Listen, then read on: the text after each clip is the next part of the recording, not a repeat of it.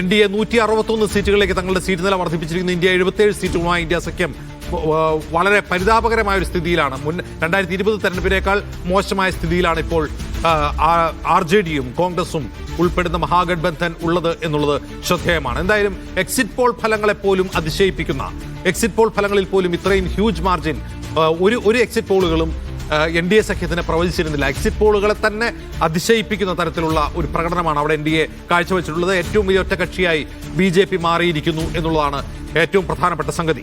BJPയുടെ ഈ മുന്നേറ്റം ബീഹാർ രാഷ്ട്രീയത്തിൽ എന്തൊക്കെ മാറ്റങ്ങൾ കൊണ്ടുവരും? നിതീഷ് കുമാർ ഇനി എന്ത് തീരുമാനിക്കും? NDAയിൽ നിതീഷിന്റെ സ്ഥാനം ഇനി എന്താണ്? ബീഹാർ രാഷ്ട്രീയത്തിൽ നിതീഷ് കുമാറിന്റെ സ്ഥാനം എന്താണ്? നിതീഷ് കുമാർ മുഖ്യമന്ത്രിയാകുമോ?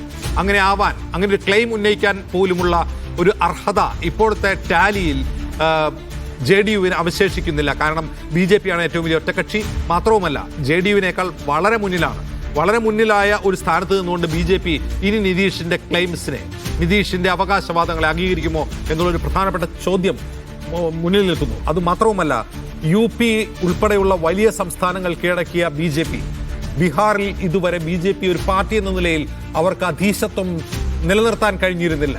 NDAയുടെ മുന്നണി രാഷ്ട്രീയത്തിലൂടെ നിതീഷ് കുമാറിന്റെ ചുമലിലേറി മാത്രം മുമ്പ് മഹാരാഷ്ട്രയിൽ ശിവസേനയ്ക്കൊപ്പം നിന്ന് ശിവസേനയെ വിഴുങ്ങിയതുപോലെ ഇവിടെ JDUവിനെ വിഴുങ്ങിക്കൊണ്ടിരിക്കുകയാണ് എന്നുള്ളതിന്റെ പല സൂചനകൾ കൂടി പുറത്തു വരുന്നു. കാരണം JDUവിന് ഇനി മുഖ്യമന്ത്രി സ്ഥാനം ക്ലെയിം ചെയ്യാൻ പോലുമുള്ള ഒരു സീറ്റ് നിലയില്ല.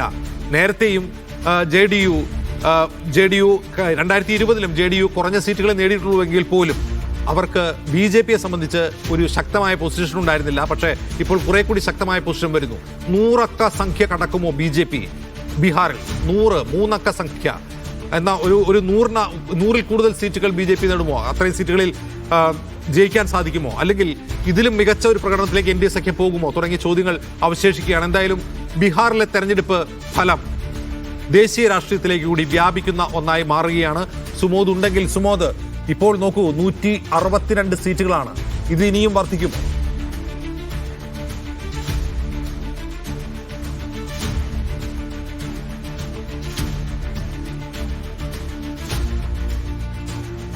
ഓക്കെ, സജു തോമസ് ആണ് ചേരുന്നത്. സജു, കേൾക്കുന്നുണ്ടോ?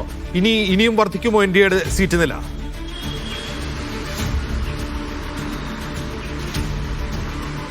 അജിംസ്, എന്തായാലും ഈ കാഴ്ച ഇത് തന്നെ തുടരുകയാണെങ്കിൽ BJP 3 അക്കം കടന്ന് BJPയുടെ കക്ഷിനില 3 അക്കം കടക്കാൻ 100 കടക്കാൻ തന്നെയാണ് സാധ്യത. ഇപ്പോഴും 150-ന് പുറത്തേക്ക് NDA സഖ്യം നിലനിൽക്കുകയാണ്. മഹാസഖ്യം 60-ൽ ഒതുങ്ങി നിൽക്കുകയാണ്. അതായത് 3 ഇരട്ടിയിലേക്ക് NDA സഖ്യം നീങ്ങുകയാണ്. അതായത് നമ്മൾ ഇതൊന്ന് ആകത്തുകയെ വായിക്കുകയാണെങ്കിൽ BJP വെട്ടിയ വഴിയിലൂടെ JDU നടന്നു എന്ന് തന്നെ വേണം മനസ്സിലാക്കാൻ. സ്വാഭാവികമായിട്ടും ആദ്യഘട്ടത്തിൽ BJP എന്താണോ മനസ്സിൽ കുറിച്ചത് അതുപോലെ തന്നെ അവസാന ഘട്ടത്തിലേക്ക് വരുമ്പോൾ എക്സിറ്റ് പോൾ ഫലങ്ങൾക്ക് അപ്രതീക്ഷിതമായ, അല്ലെങ്കിൽ എക്സിറ്റ് പോൾ ഫലങ്ങളെ കവച്ചു വെക്കുന്ന രീതിയിലേക്ക് ഇപ്പോൾ ബീഹാറിലെ ഫലങ്ങൾ ജനങ്ങൾ വിധി എഴുതി എന്ന് തന്നെ വേണം മനസ്സിലാക്കാൻ. പ്രത്യേകിച്ച് ഈ വലിയ ജനകീയ പ്രഖ്യാപനങ്ങൾ, മോദി എന്നുള്ള ആ ഒരു മനുഷ്യൻ, അല്ലെങ്കിൽ മോദി ആ ഒരു ഇഫക്റ്റ്, അത് കൃത്യമായിട്ട് ബീഹാർ ജനതയുടെ മനസ്സിൽ പതിഞ്ഞിട്ടുണ്ട്. അത് ഒരിക്കൽ കൂടി BJPക്ക് തുണയായിട്ടുണ്ട് എന്ന് തന്നെ വേണം മനസ്സിലാക്കാൻ. മറ്റു സംസ്ഥാനങ്ങളിൽ നിലനിന്നത് പോലെയുള്ള ഒരു മോദി ഇഫക്റ്റ് അതിലും വലിയ രീതിയിൽ, അല്ലെങ്കിൽ വലിയ തോതിൽ തന്നെ ഇപ്പോൾ ബീഹാറിൽ ഉണ്ടായിട്ടുണ്ട്. അതിൻ്റെ ഒരു ചലനമാണ് ഇപ്പോൾ കാണുന്നത്. ഇപ്പോൾ നമുക്ക് ചെറിയ വ്യത്യാസങ്ങൾ വരുന്നുണ്ട്. അതായത് 148-ലേക്ക് NDA എത്തുന്നുണ്ട്. അതോടൊപ്പം തന്നെ മഹാസഖ്യം 70 സീറ്റുകൾക്ക് പുറത്തേക്ക് എത്തുന്നു. 73 സീറ്റുകളിലേക്ക് മഹാസഖ്യം എത്തുന്ന ഒരു നിലയാണ് കാണുന്നത്. അതായത് ഇനിയിപ്പോൾ ആദ്യത്തെ ട്രെൻഡ് തന്നെ മനസ്സിലായി. നമുക്ക് പോസ്റ്റൽ ബാലറ്റുകൾ എണ്ണുമ്പോൾ ആദ്യത്തെ ട്രെൻഡ് തന്നെ മനസ്സിലായിരുന്നത് റീജിയണൽ പാർട്ടികളൊക്കെ അപ്രതീക്ഷിതമാക്കിക്കൊണ്ട്, അല്ലെങ്കിൽ അപ്രതീക്ഷിതമായിട്ടുള്ള മുന്നേറ്റം BJPയുടെ ഭാഗത്തുണ്ടാവുകയാണ്. അത് കഴിഞ്ഞ 4 തെരഞ്ഞെടുപ്പ് നോക്കുകയാണെങ്കിൽ BJP അവരുടെ നില മെച്ചപ്പെടുത്തുന്ന സ്ഥിതിയാണ് ഉണ്ടായിട്ടുള്ളത്.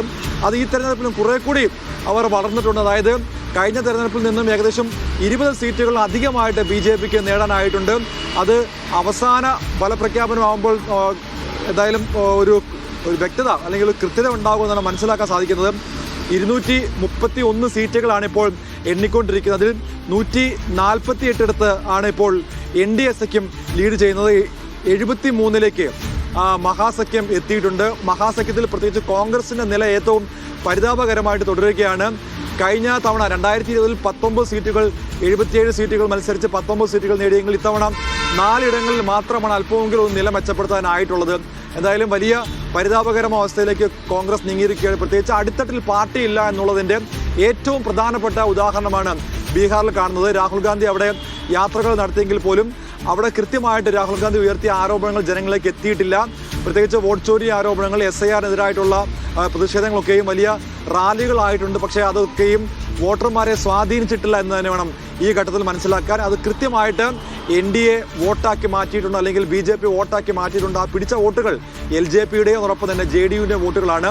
LJPയും JDUവും തമ്മിലുള്ള അസ്വാരസ്യങ്ങൾ നിലനിർത്തിക്കൊണ്ട് തന്നെ BJP നേട്ടമുണ്ടാക്കി അല്ലെങ്കിൽ മെച്ചമുണ്ടാക്കി എന്ന് തന്നെ മനസ്സിലാക്കാൻ BJPയുടെ പ്രഖ്യാപനങ്ങൾ അല്ലെങ്കിൽ BJPയുടെ ഇലക്ഷൻ എഞ്ചിനീയറിംഗ് അത് കൃത്യമായിട്ട് ജനങ്ങൾക്കിടയിൽ പ്രവർത്തിച്ചു. അതുകൊണ്ട് തന്നെയാണ് ഈ വലിയ തോതിലേക്കുള്ള ഒരു മുന്നേറ്റം BJP ക്യാമ്പുകൾ ഉണ്ടായിരിക്കുന്നത് അല്ലെങ്കിൽ